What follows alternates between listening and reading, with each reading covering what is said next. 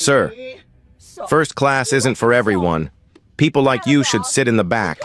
That was the sentence that froze the entire cabin. The lead flight attendant's voice was sharp, loud enough for everyone to hear, and you could almost feel the air leave the room.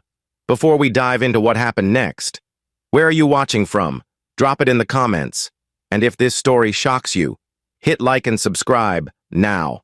Let's go back to that spring day on Horizon Airlines Flight 214, traveling from JFK to Los Angeles, when one man's dignity collided head-on with prejudice at 30,000 feet.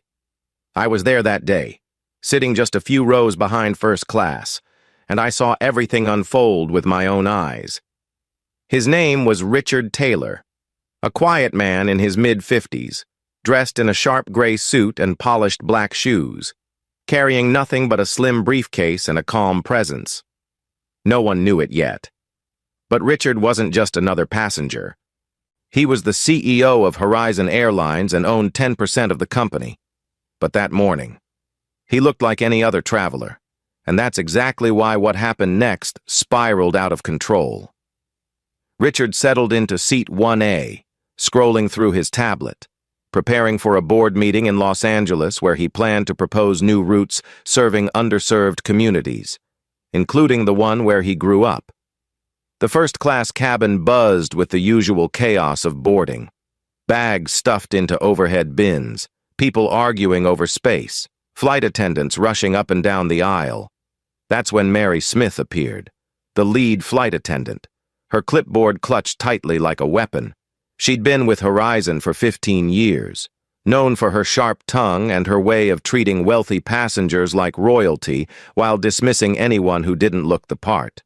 Trailing behind her was Nancy Hernandez, younger, less experienced, clearly eager to copy Mary's every move. Then came Lisa Wilson, a wealthy real estate investor dripping in diamonds, carrying a $5,000 Gucci handbag like it was made of gold. She stopped right in front of Richard's seat, her bag swinging inches from his arm, and said loudly enough for half the cabin to hear, "Excuse me, this bag needs its own seat." Mary swooped in immediately, smiling at Lisa with the kind of warmth reserved only for platinum members. "Of course. Ms. Wilson." "We'll take care of it," she said, glancing toward Richard. That's when Lisa, without hesitation, pointed at him and said, "He can move to economy. I'll pay him $400 to give up his seat." The cabin went silent. Passengers nearby froze, unsure if they'd heard correctly. Richard looked up slowly, his expression calm but unshakable. "This is my seat," he said evenly, holding up his boarding pass. "First class, 1A. Mary barely looked at it. "Sir, Miss Wilson is one of our Platinum Elite members. We're just asking for a little cooperation. There's a seat available in row 25. Middle, it's only 5 hours." Richard's jaw tightened, but his voice stayed steady. "I paid $2,500 for this seat. I'm not moving." That's when Nancy stepped in, her tone sharper than it should have been.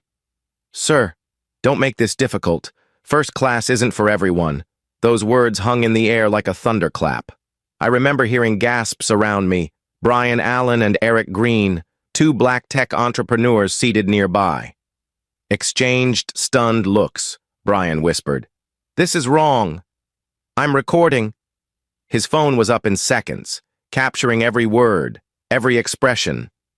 Mary leaned in closer, lowering her voice but making sure it carried just enough to sound authoritative. "Sir, you're holding up boarding.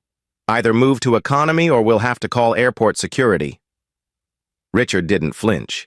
He met her gaze and said quietly, "Call them." Lisa rolled her eyes and laughed, shaking her head. "Why are you being so stubborn? $400 is probably more than you make in a week."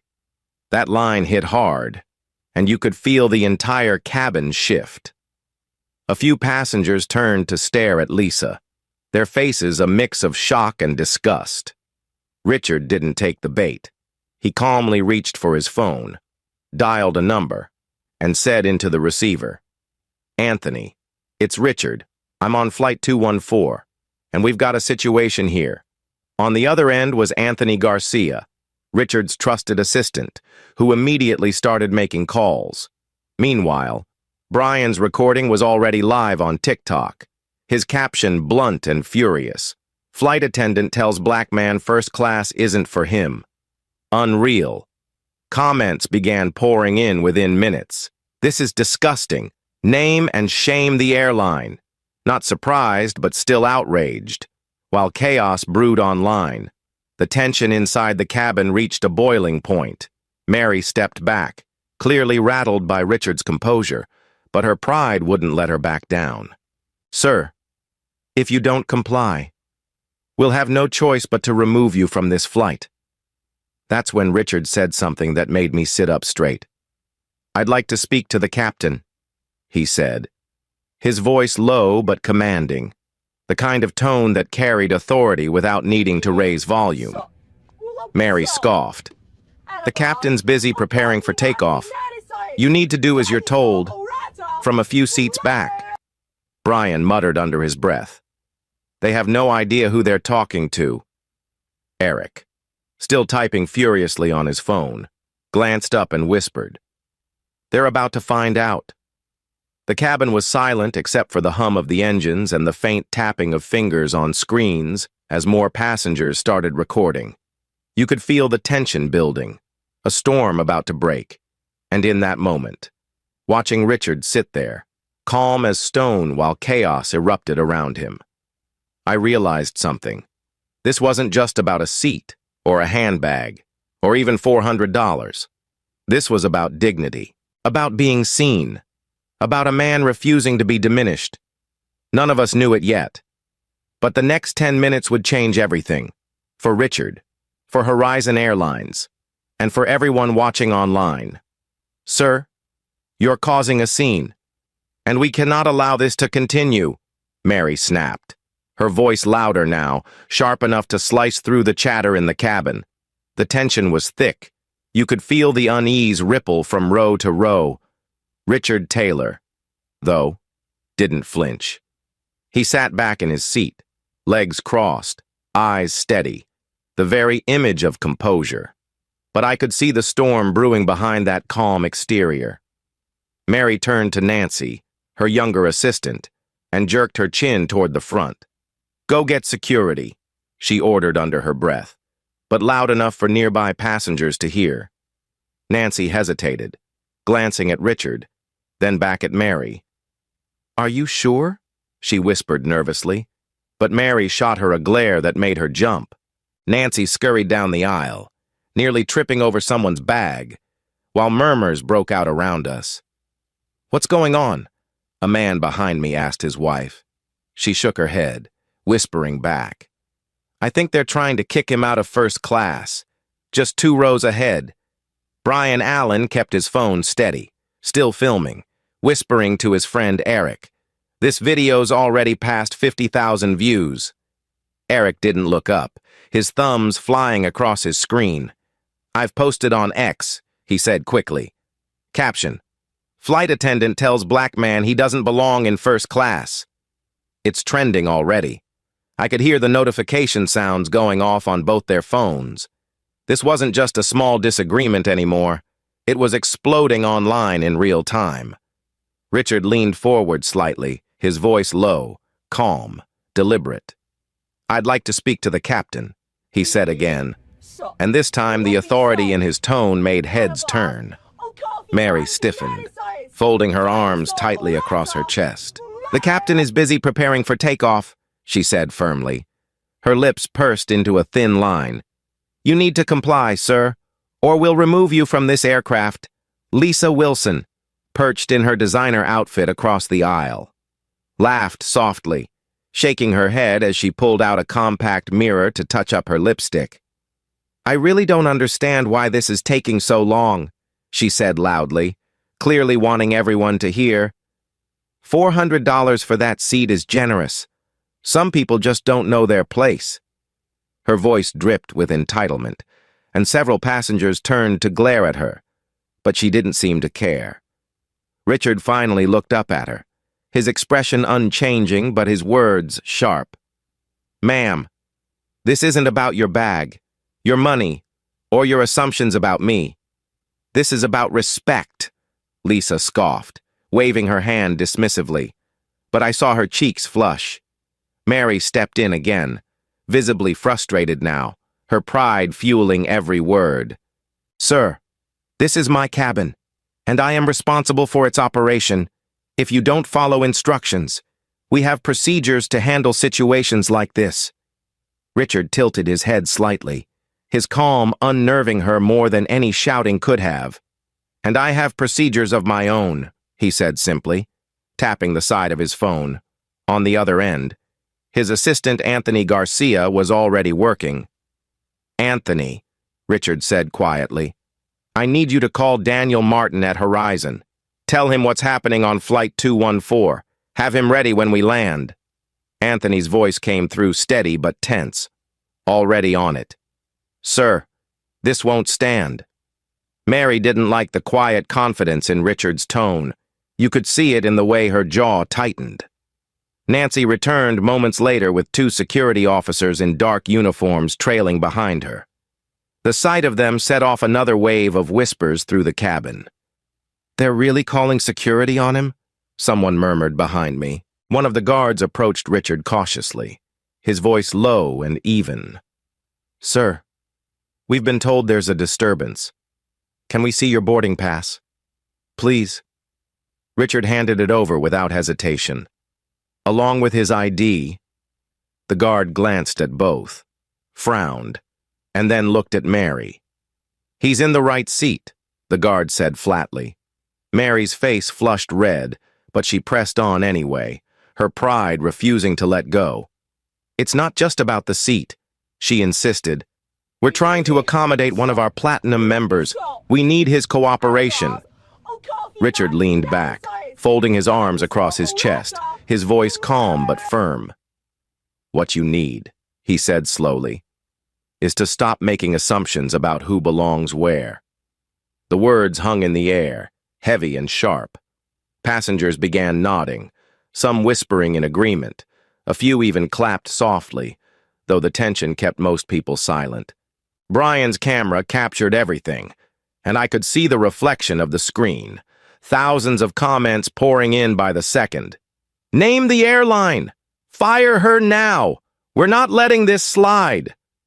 Nancy shifted uncomfortably beside Mary, her hands clasped in front of her, eyes darting between the passengers and the phone cameras aimed at her. Lisa, meanwhile, had crossed her arms and was tapping her foot impatiently, clearly annoyed that she wasn't getting her way. Then, over the intercom, a voice broke through the tension. Ladies and gentlemen, this is your captain speaking. Please remain seated. We're addressing a situation in the first-class cabin. Gasps rippled through the rows. People were leaning into the aisles, phones raised, desperate to capture what would happen next. The cockpit door opened slowly, and I caught a glimpse of Captain William Moore stepping into the aisle, a tall man in his late 50s with graying hair and steady eyes. He carried himself with quiet authority. He scanned the cabin once, his gaze landing on Richard, and something shifted in his expression. Recognition, maybe even respect. He stepped closer, but before he could speak, Mary jumped in, desperate to reassert control. Captain, we have a passenger refusing to comply with instructions. He's disrupting the cabin, and we need to reseat him. The captain raised one hand, silencing her instantly. His voice was calm, steady, but there was steel underneath it. I'll handle this. Mary.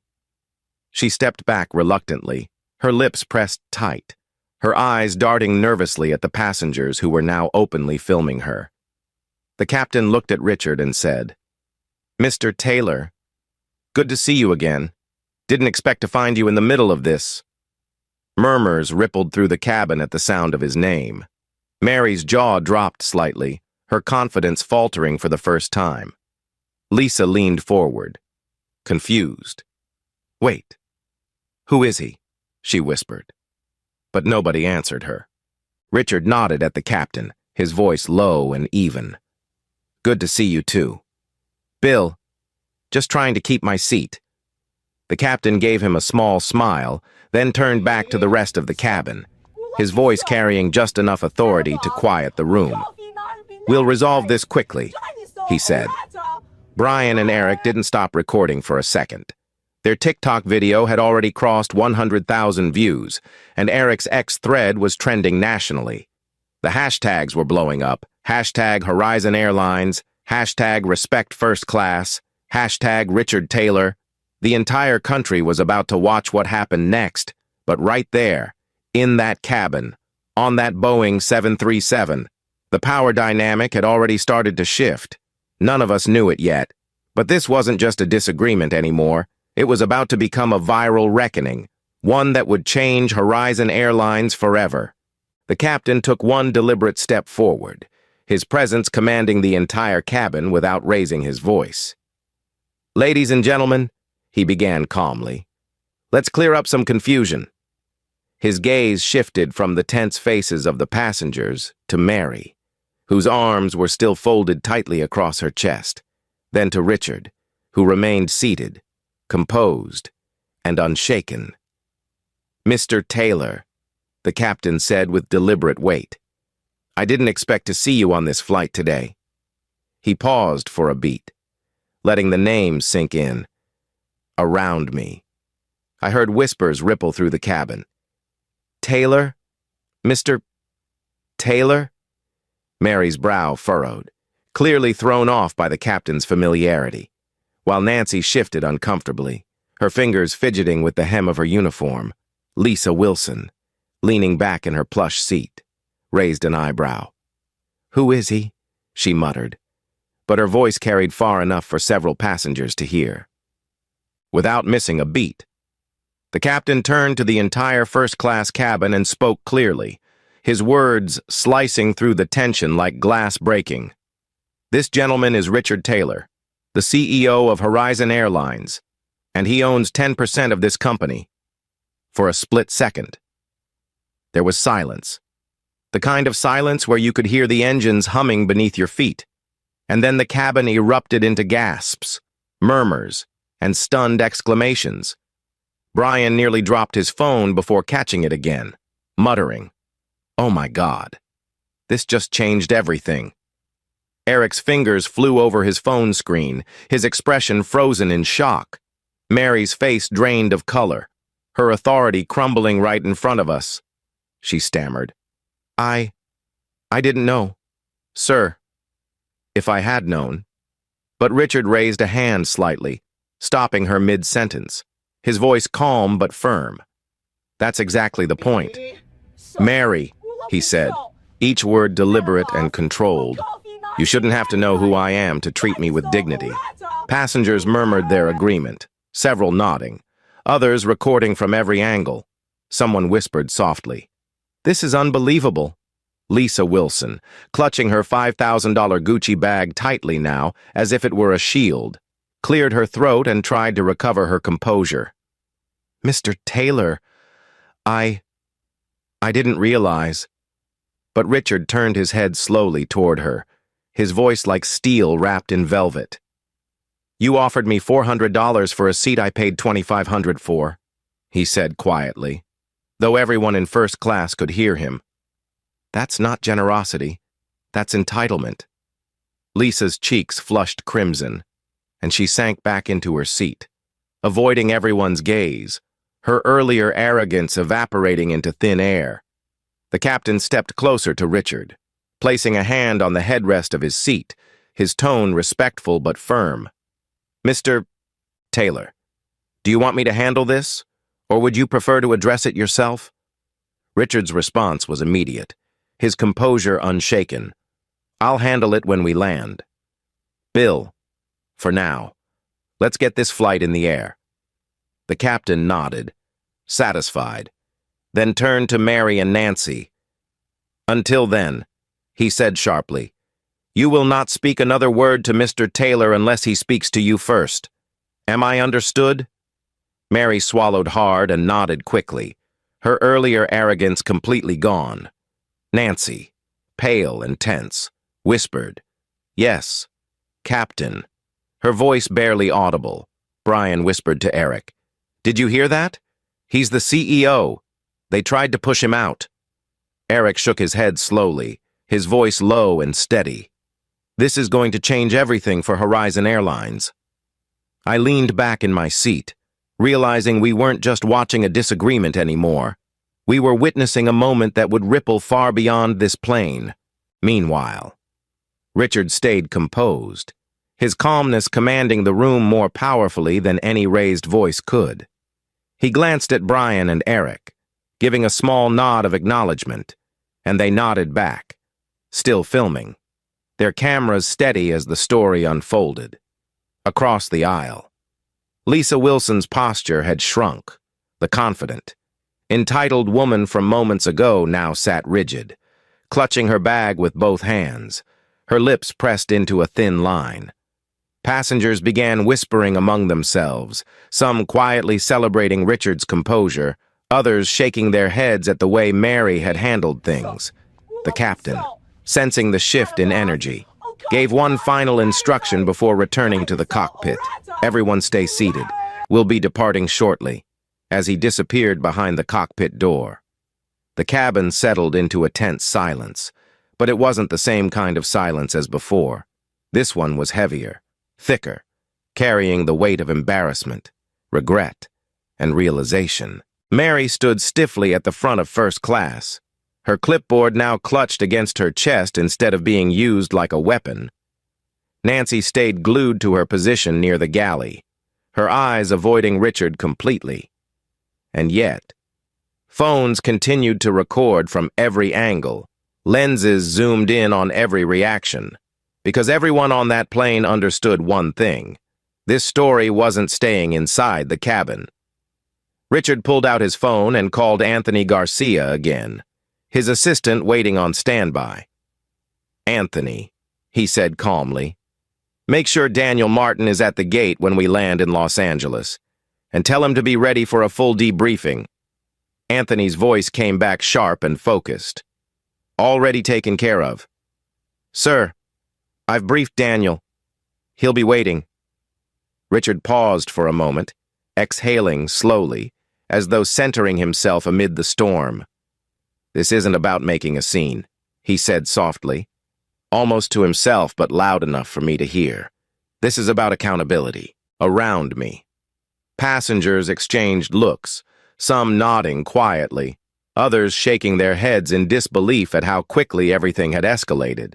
Mary's posture had collapsed entirely now, her pride, so sharp and unbending minutes ago, had melted into silent panic.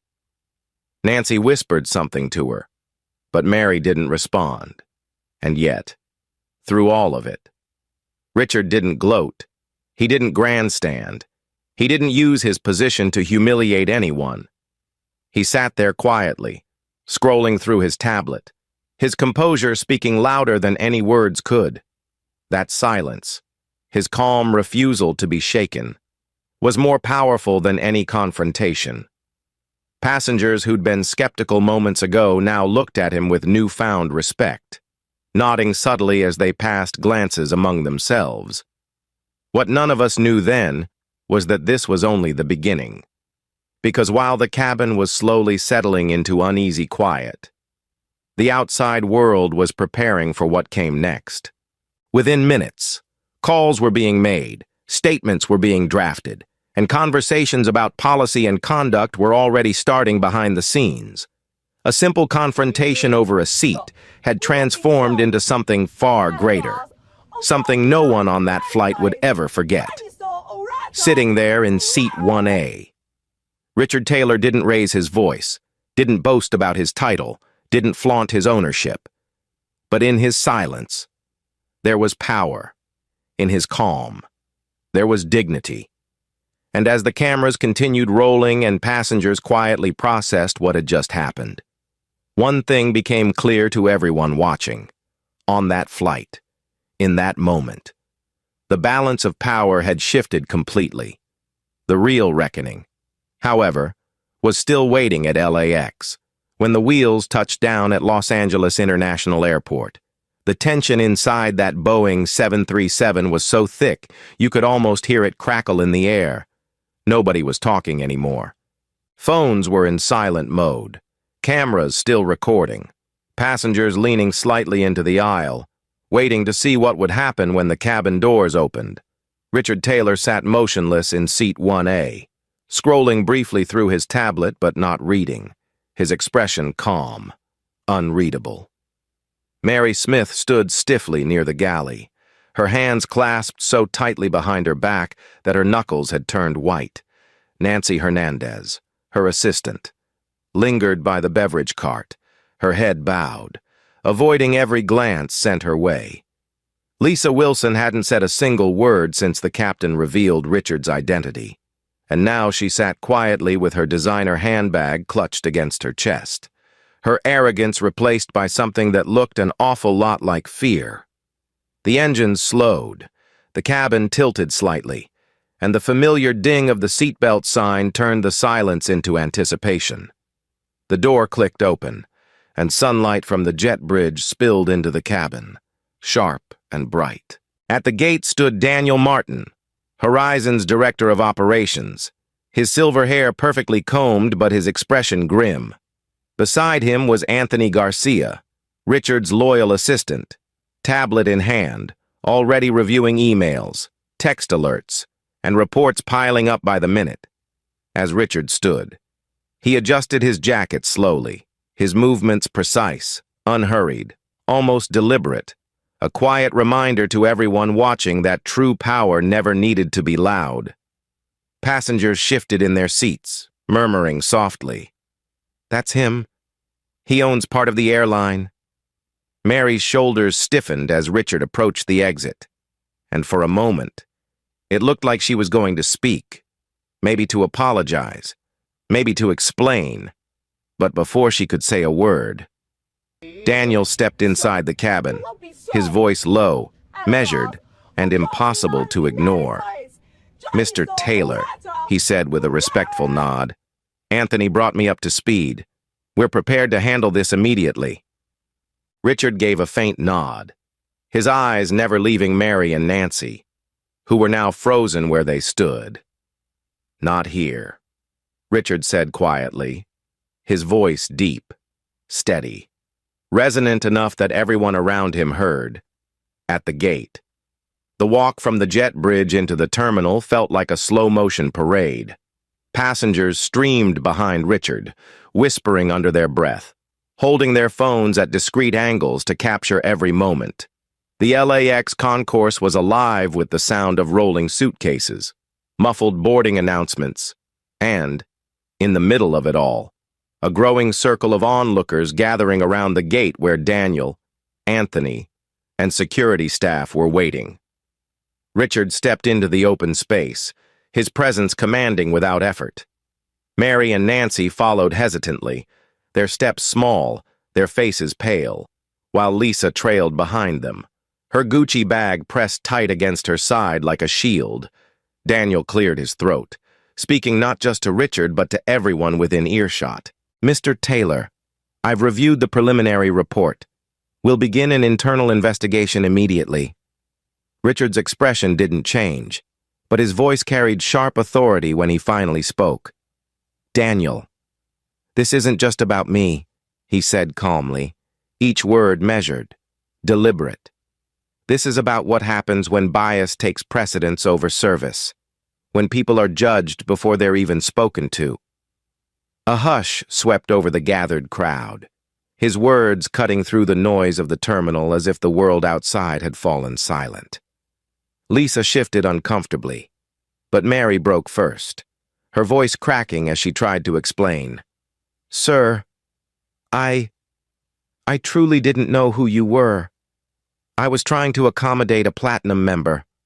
Richard's gaze met hers, unwavering, and his reply was soft, but it carried weight that made her flinch. "You didn't need to know who I was." "Mary," he said firmly, his voice steady, "you just needed to remember who I am. A paying customer. A human being. That's all." The ripple of murmurs through the crowd was immediate, people exchanging knowing glances, some nodding quietly, others folding their arms as if absorbing a hard truth. Nancy spoke up next, her voice barely above a whisper. "I was just following Mary's lead." Richard turned his head slightly, his expression unreadable but his tone neutral. "And what did that lead you to do?" "Nancy?" Her silence was answer enough. Daniel stepped forward, his hands clasped in front of him, trying to regain control of the situation. "Mr. Taylor, I recommend we take this conversation to a private lounge," he suggested cautiously, his eyes flicking nervously between the growing crowd of passengers and the security officers nearby. But Richard shook his head slowly, his voice low yet absolute. "No," he said. "This happened in public. Daniel. It will be addressed in public." The weight of those words seemed to reverberate through the terminal, pulling even passing travelers to slow their pace and glance toward the commotion. A few more phones went up, tiny red recording lights blinking steadily. And still, Richard didn't raise his voice. He didn't need to. "Mary," Richard said, turning to face the lead flight attendant directly. "You've been with Horizon for 15 years. Tell me, in all that time, has anyone ever trained you to treat some passengers better than others?" Mary hesitated, her throat tightening, and when she finally spoke, her voice trembled slightly. "No, sir," she admitted. "But," Richard cut her off gently but firmly. "Then you made a choice," he said quietly. "A choice based on assumptions and appearances." Mary's lips parted as though to respond, but nothing came out. Her jaw tightened, her chin trembled slightly, and her gaze dropped to the floor. The silence that followed was deafening, filled only by the distant echo of rolling luggage and the low hum of airport announcements. Anthony stepped forward subtly, handing Richard his phone. The screen lit up with messages, emails, and voicemails from journalists already seeking statements. Richard didn't look at the screen. Instead, he passed the phone back to Anthony without glancing at it and addressed Daniel again. "You know what needs to be done," Richard said calmly, his tone even but resolute. "I expect your decision by the end of the day." Daniel nodded slowly, the weight of responsibility settling heavily on his shoulders. "Understood, Mr. Taylor," he said quietly. The gathered passengers around us watched in silence, their expressions shifting between awe and vindication. Lisa, standing slightly off to the side, finally lowered her Gucci bag and cleared her throat softly, her voice shaky but audible. "Mr. Taylor, I owe you an apology," she began hesitantly. "It was thoughtless of me to assume anything about you." Richard's eyes met hers briefly, his tone polite but distant. "Apology noted," he said softly, then turned back to Daniel and Anthony. "Let's move forward. The entire confrontation. From the moment Richard stepped off the plane to this final exchange. Couldn't have lasted more than 10 minutes. Yet it carried the weight of something far bigger. You could feel it in the way people were watching, in the quiet awe that followed his every word, in the way even seasoned airport staff stood frozen near the gate, their hands clasped behind their backs, their faces solemn. Richard Taylor didn't have to shout to command the room. He didn't have to threaten, or explain, or defend. His presence, steady, quiet, absolute, did all of that for him, and though he said little, his message was impossible to miss. Respect isn't earned by title or wealth. It's owed to every single person, every single time. As Anthony guided Richard toward the private lounge to prepare for what came next, Daniel turned back toward Mary and Nancy, his expression hardening. "Stay here," he said simply, his voice low but firm. "We'll speak shortly." And just like that, the crowd began to scatter, whispers trailing behind them like an echo of the lesson they'd just witnessed. But for Mary and Nancy, It wasn't over. The real consequences were only minutes away.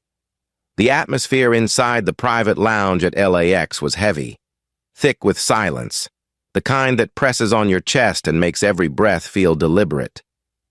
Richard Taylor sat at the center of the room, composed and still, his calm presence radiating a quiet authority that needed no explanation. Across from him stood Daniel Martin, Horizon's Director of Operations, holding a slim folder in his hand, his jaw tight, his expression grave. Behind Daniel, two members of Horizon's legal and HR teams waited silently, tablets in hand, ready to document what was about to happen. To Richard's right, Anthony Garcia stood poised, arms crossed, scanning emails and messages streaming into his phone. On the far side of the room, Mary Smith and Nancy Hernandez sat side by side, their once confident postures reduced to nervous tension. Mary's shoulders were hunched, her fingers twisting a napkin until it shredded between her hands, while Nancy kept her gaze fixed on the floor, avoiding eye contact with anyone. Lisa Wilson sat a little further away, her expensive handbag resting on her lap, her lips pressed tightly together, her earlier arrogance now fully replaced by regret and discomfort. Daniel cleared his throat softly, the sound carrying across the stillness of the room, and began in a low, measured voice. "Mr. Taylor," he said, "I've completed the review based on witness statements, video evidence, and staff reports from Flight 214. He paused briefly, glancing toward Mary and Nancy before returning his gaze to Richard. As of this moment, Horizon Airlines is terminating the employment of both Mary Smith and Nancy Hernandez, effective immediately. The words landed like a hammer on the table, sharp and final. Mary gasped audibly, covering her mouth with trembling fingers. "Daniel, please," she whispered, her voice cracking. "This job, this is 15 years of my life. You can't just—" But Daniel cut her off gently, his voice calm but unyielding. "Mary, we can, and we must.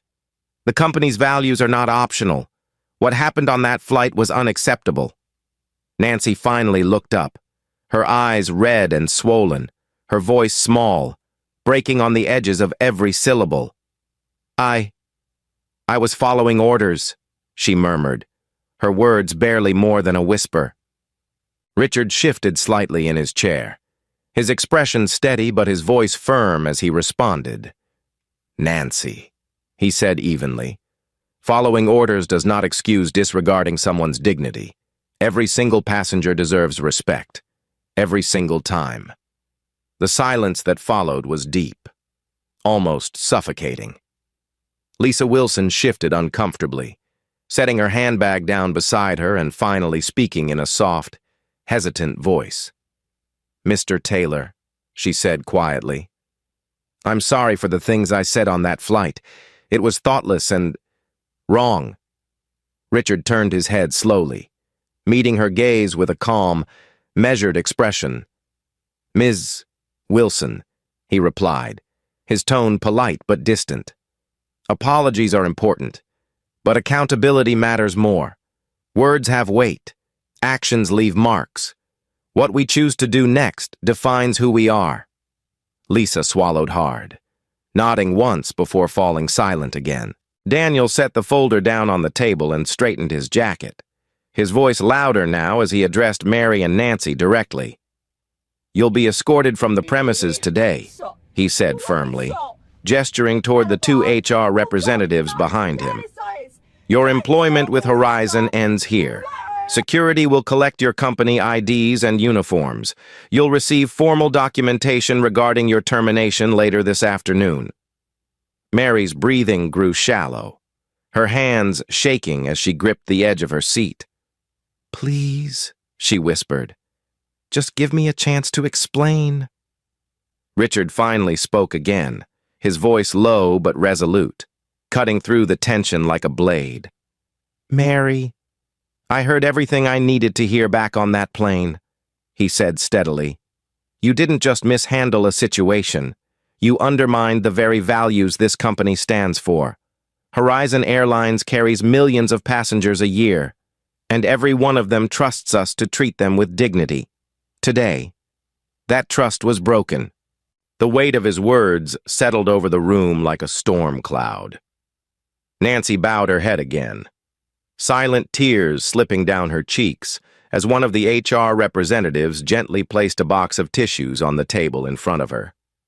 Lisa shifted further back in her chair, avoiding everyone's gaze, while Anthony remained quietly focused on his phone, silently forwarding statements to media outlets and preparing for the inevitable fallout. Outside the glass walls of the lounge, passengers were still moving through the terminal, oblivious to the quiet reckoning unfolding just steps away. Daniel turned back to Richard, his tone respectful but tense. "Mr. Taylor," he said, "would you like to make an official statement to the press now? Or wait until we finalize the internal review?" Richard shook his head slightly, his voice calm but firm. "No press conferences today," he said evenly. "This isn't about headlines. It's about setting a standard. Actions will speak louder than any statement." Daniel nodded, understanding immediately, and stepped back slightly as Richard stood slowly from his chair. The quiet authority in his movements commanded the room without effort. He turned, facing Mary and Nancy one final time, his voice steady but not unkind. "I don't take pleasure in this," he said softly, his words deliberate, weighty. "But leadership means making hard choices. This isn't just about you.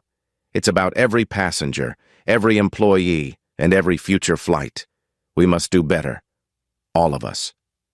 Mary's shoulders collapsed inward, her eyes glistening, while Nancy nodded faintly, unable to speak, for a long moment. No one moved. The silence was heavy but full of meaning, as though everyone understood that this was more than just a personnel decision.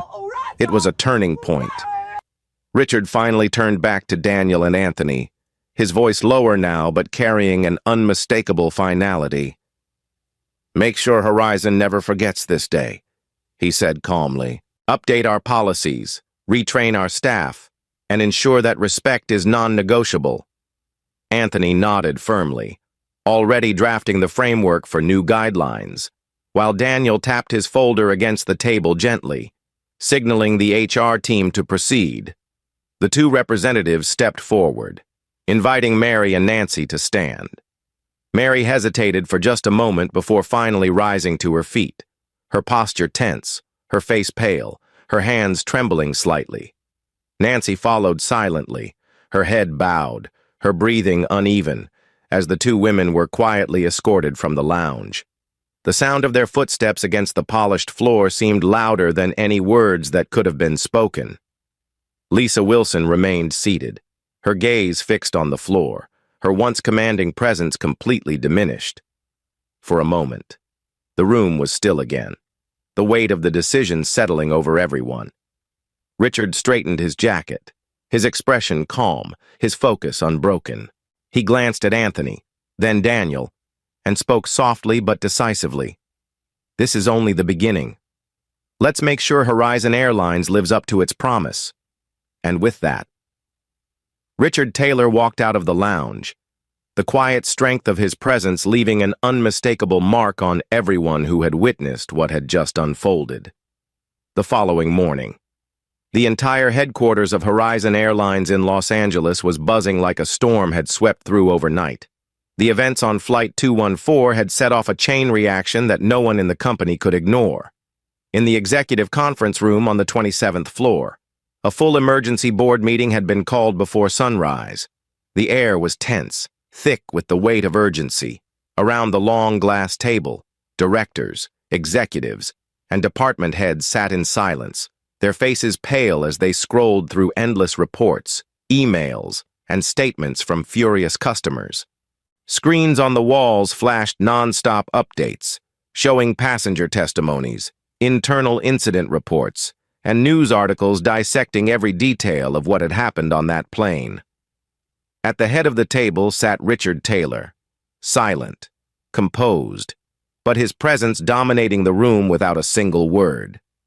Daniel Martin sat to his right, shuffling documents nervously, while Anthony Garcia typed quickly on his tablet, coordinating statements and policy proposals in real time. When Richard finally spoke, his voice was low and steady, carrying the kind of weight that silences an entire room. Yesterday, he began, Horizon Airlines failed its customers. And when we fail them, we fail our purpose. That ends today. The boardroom was silent, the only sound the soft hum of the air vents overhead. Richard leaned forward slightly, his fingers laced together on the table, his eyes sharp and unwavering. This is not just about one incident, he continued. It's about culture. It's about training. It's about accountability at every level. Several directors shifted uncomfortably, some nodding slowly, others avoiding his gaze. Richard gestured toward Anthony, who projected a new set of slides onto the main screen. Starting today, Richard said firmly, we are launching the Horizon Respect Initiative, a company-wide reform program focused on 3 things: mandatory diversity and inclusion training, a zero-tolerance policy on discrimination, and a complete review of our customer service protocols. The announcement sent ripples around the table, Anthony added. We're also establishing an independent passenger advocacy council, giving travelers direct influence over our policies moving forward. Daniel finally spoke, his voice soft but certain. This will change everything. Richard, it'll take time, but it's the right move. Richard nodded once but said nothing more, his silence as commanding as his words. Meanwhile, outside the boardroom, the ripple effects were already reaching Mary Smith and Nancy Hernandez. That same morning, Mary sat in a small, dimly lit office across town, speaking with a labor attorney, her voice low, trembling. I gave them 15 years, she said, her fingers clutching a lukewarm cup of coffee she hadn't touched. I made a mistake. Yes, but to lose everything in one day. The attorney listened carefully but offered little comfort, explaining softly that video evidence and witness statements made her case nearly impossible to fight. Across the city, Nancy sat in her tiny apartment, scrolling endlessly through job postings, her face pale and swollen from crying. She had already received a call from a regional airline offering her a lower-paying position, starting in 3 weeks, though devastated. She understood this was her only way forward. I'll start over, she whispered quietly to herself, her voice steady despite the tears. Lisa Wilson's life, however, took an entirely different turn. Within 48 hours, her name began circulating across private real estate investor circles, not because of her deals, but because of her words. Several longtime clients quietly withdrew from pending agreements, citing reputation concerns. Local business forums buzzed with discussions about professionalism, entitlement, and consequences. Lisa, usually the woman at the center of every gala and networking event, canceled all her appearances indefinitely. For the first time in years, her carefully curated image had cracked, and no designer handbag could cover the damage.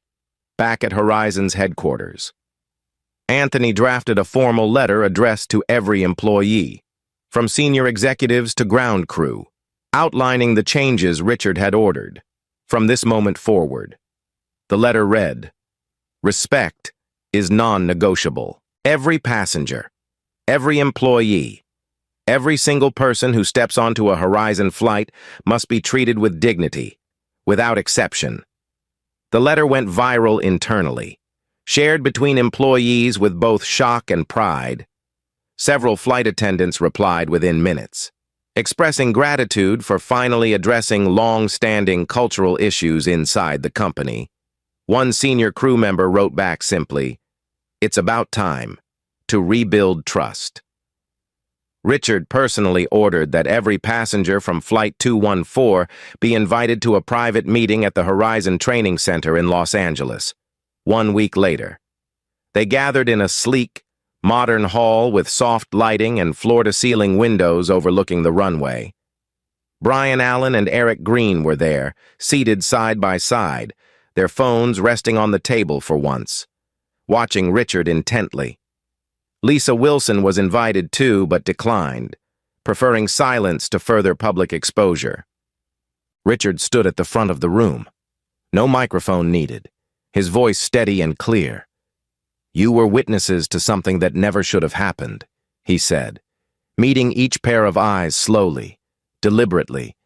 "Horizon failed you, and for that, I take responsibility. But this is not the end of the story. We are changing, and I need your help to make sure we never forget why." He paused, letting the weight of his words settle over the room. "When someone steps onto one of our flights, they're trusting us with more than their safety. They're trusting us with their dignity. That is sacred." Several passengers nodded quietly, some exchanging soft murmurs of agreement, others visibly moved by the sincerity in his tone. As Richard wrapped up the meeting, Anthony distributed a small booklet outlining the new Horizon Respect initiative, complete with training schedules, reporting tools, and accountability measures. Brian leaned over to Eric, whispering, "I didn't think I'd ever see an airline take something this seriously." Eric nodded, his voice low but certain. "Richard's different. He's not just talking, he's changing things." Later that week, Horizon Airlines rolled out its first company-wide mandatory training sessions. Thousands of employees logged in across the country, watching carefully designed modules on empathy, unconscious bias, and customer experience standards. At the same time, Richard held closed-door sessions with department heads, emphasizing that accountability didn't end with frontline staff. Leaders set the tone. He told them firmly, "If you can't embody our values, you can't lead here." There were no arguments. No one dared. By the end of the first month, customer satisfaction scores had risen, and several longtime loyal passengers shared stories of improved service on social media.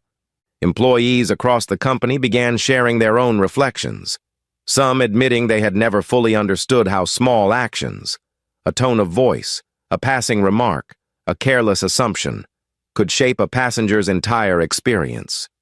Richard read every single report, every single email, often late into the night, responding personally to those who had struggled with similar incidents. For him, this wasn't just business, it was personal. And yet, despite all the changes, Richard remained the same man who sat quietly in seat 1A, refusing to move, not because of pride, but because of principle. His calm that day had carried further than any angry outburst ever could, and people across the company knew it. They weren't just following orders, they were following his example, inside Horizon Airlines. Something deeper than policy had shifted.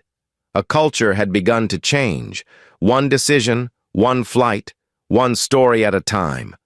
But Richard knew this wasn't the end. It was only the beginning of something larger, something that would define the company's future. Because from that day forward, Horizon Airlines would no longer simply promise better service. It would live it.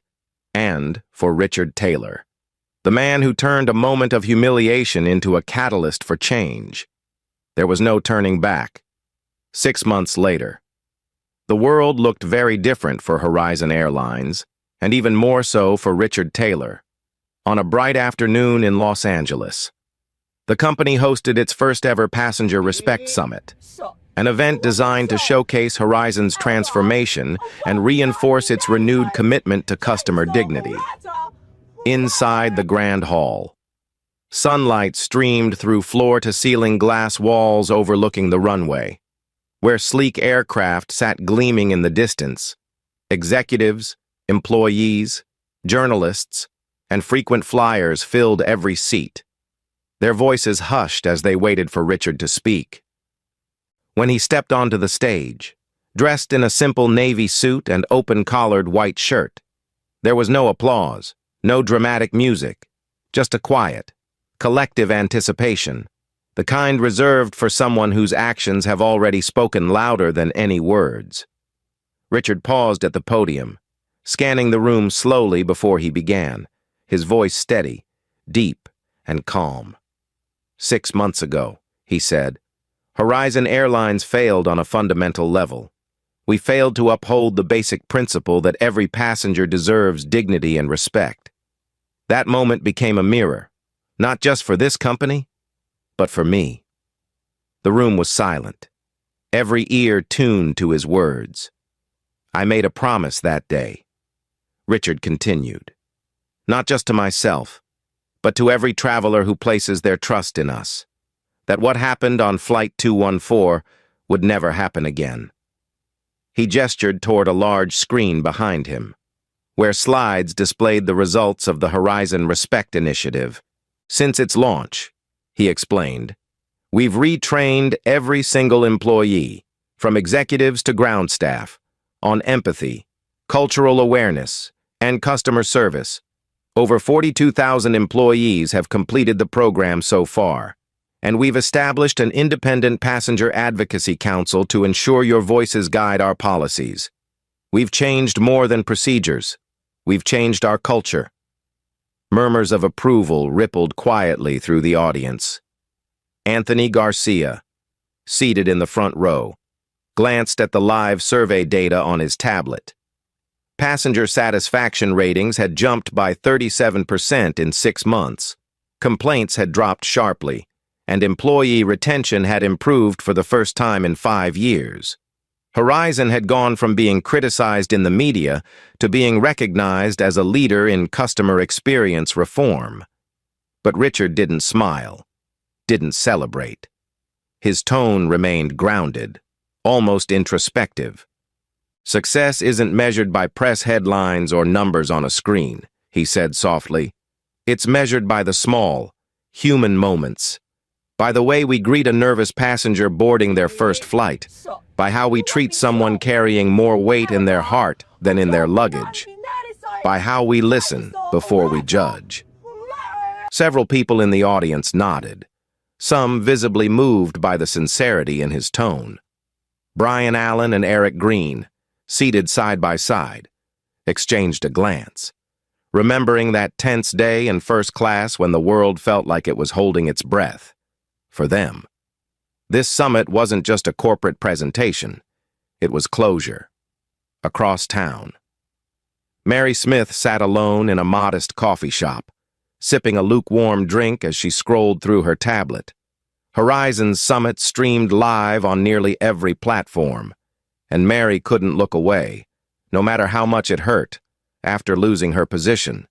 She'd taken time to reflect, to confront years of habits and assumptions she had never questioned. She had recently started volunteering at a local community center, helping young job seekers prepare for interviews, teaching them lessons she wished she'd learned sooner. Her life looked nothing like it had before, but for the first time in years, Mary felt as though she was rebuilding herself, slowly, quietly, one choice at a time. Nancy Hernandez, meanwhile, had relocated to Phoenix, where she'd accepted a job with a small regional airline. The pay was lower, the flights shorter, and the resources fewer. But Nancy approached her new role with humility and purpose. She carried a small card in her uniform pocket, handwritten with 4 words she never wanted to forget. Listen, respect, protect, serve. She smiled more these days, spoke softly to nervous passengers, and silently vowed she would never let another traveler feel the way Richard Taylor had felt that day. Lisa Wilson's journey was different, once the image of prestige in Los Angeles real estate. Lisa had watched her reputation unravel in the weeks following Flight 214. Clients withdrew contracts, partnerships dissolved, and industry circles grew cold toward her name. But instead of retreating into anger, Lisa chose to confront her mistakes. She sold several properties, downsized her lifestyle, and invested time in cultural awareness and sensitivity training. Though her social calendar remained empty, she found a strange kind of peace in rediscovering her values, a quiet realization that worth is not measured by handbags or status, but by character. Back at Horizon, Richard's influence continued to ripple far beyond the company. Other airlines quietly began adopting similar initiatives, and several major carriers approached Richard for guidance on overhauling their own training programs. Legislators in Washington cited Horizon's transformation during hearings on consumer rights and workplace diversity. Using it as an example of how corporations could evolve without federal mandates, Richard, however, remained focused on his core mission, ensuring every passenger on every Horizon flight felt seen, heard, and respected. Near the end of the summit, a young woman in the audience raised her hand. She introduced herself as a first-time flyer who had been on Flight 214, seated just a few rows behind first class. Her voice trembled slightly as she spoke. "Mr. Taylor," she said softly, "that day, I watched how calm you were, even when people around you weren't. It taught me something I'll never forget. That real strength doesn't shout, it listens." The room was silent for a long moment, her words settling deep into the space between breaths. Richard gave her a small nod, his voice steady as he replied, "Thank you. That's a lesson I learned the hard way." 2. As the summit concluded, Richard stepped down from the stage and walked slowly toward the back of the hall, shaking hands with employees, passengers, and even competitors who had come to witness Horizon's transformation. Anthony handed him a tablet showing live feedback from the event, thousands of positive comments pouring in from viewers around the country. But Richard barely glanced at the screen. For him, the numbers mattered less than the people in front of him. The conversations he was having face to face, the trust slowly being rebuilt one interaction at a time, outside the glass walls. A Horizon Airlines jet lifted gracefully into the sky, sunlight glinting off its polished wings. Richard paused, watching it ascend, and felt a quiet sense of resolve settle over him. The road ahead would still hold challenges, mistakes would still be made, and there would always be more work to do. But for the first time in a long time, he believed they were on the right path. Walking out of the summit hall, Richard turned to Anthony and Daniel, his voice low but certain. "This isn't just about Horizon," he said firmly. "It's about setting an example. Respect is not a slogan, it's a promise." Anthony nodded silently, while Daniel let out a slow breath, the weight of the past 6 months finally lifting, replaced by something steadier: hope. That day, as the sun dipped lower over Los Angeles, Horizon Airlines stood transformed, not perfect, but better, stronger, and more human than it had ever been. And Richard Taylor, the man who refused to give up his seat, had become something more than a CEO. He had become a symbol, not of power or wealth, but of dignity, accountability, and quiet strength. Because in the end, it wasn't the title that defined him, it was the way he carried it. Thank you for watching this emotional story.